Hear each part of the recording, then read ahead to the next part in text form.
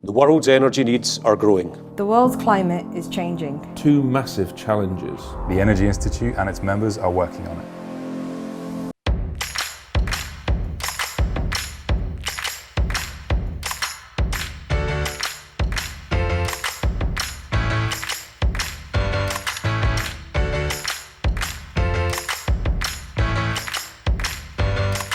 If we continue to produce at the level we produce, because even at this level, we don't use much for domestic. The domestic use of our gas resource is just too low.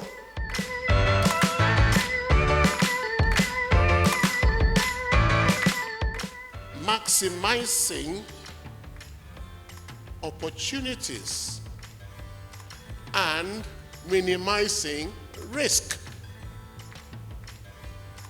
Some people will find that an impossible square or circle to square, because the play in energy is such that it appears we have played it so far as an us versus them.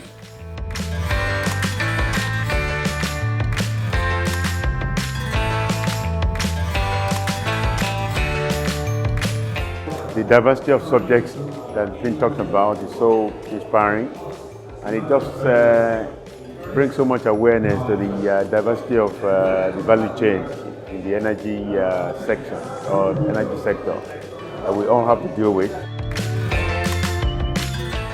Around the solar home systems business, you're collecting in Naira and you're borrowing in dollars, so that's a key concern.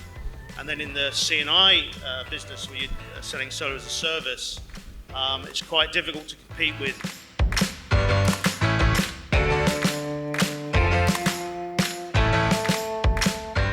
With only 5 years, when I can do about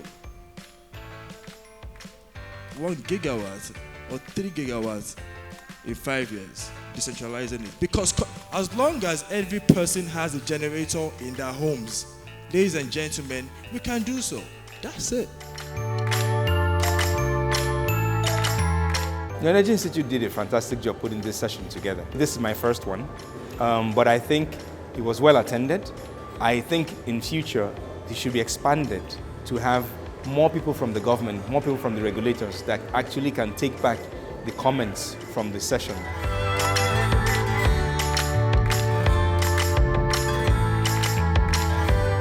We looked at how big players can collaborate with small players in eliminating gas flaring in Nigeria, and we were very happy to know that on the gas flare leak, we've moved from the second largest gas flaring country in the world to the 7th. I think it's always good to gather the various subject matter experts together to discuss energy. I mean, I took part in the gas commercialization panel, where we looked at the various challenges Nigeria faces as we try to grow the gas industry.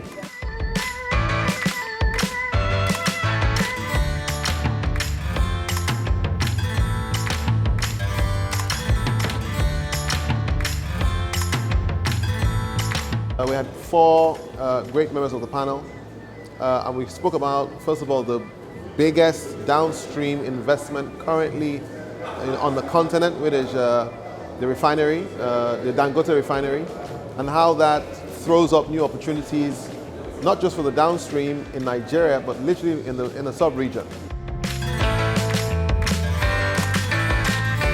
What the Energy Institute is doing is commendable in terms of skills transfer, in terms of basically bringing the discussion, collaboration in terms of how energy is applied, knowledge in the building up capacity in the industry. We're in support of that.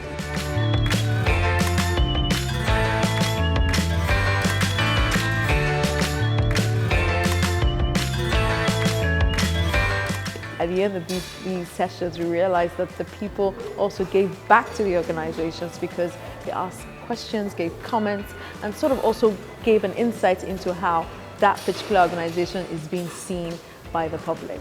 I think this is one fantastic tool that we plan to keep using to help bring our membership together.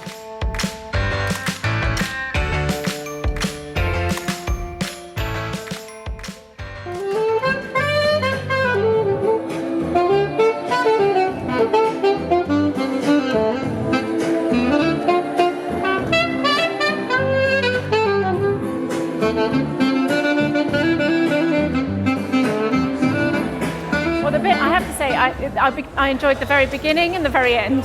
So the very beginning, we had a Women in Energy breakfast, which was the first time that we brought some very senior women from around the Nigerian energy sector together.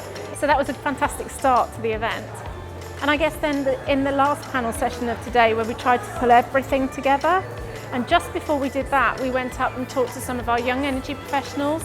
So kids who are students studying, thinking about a job in the sector, all the way through to people who are just starting out on their careers and looking really excited about and enthusiastic about longevity in the industry and being part of the solution to some of the challenge we've got.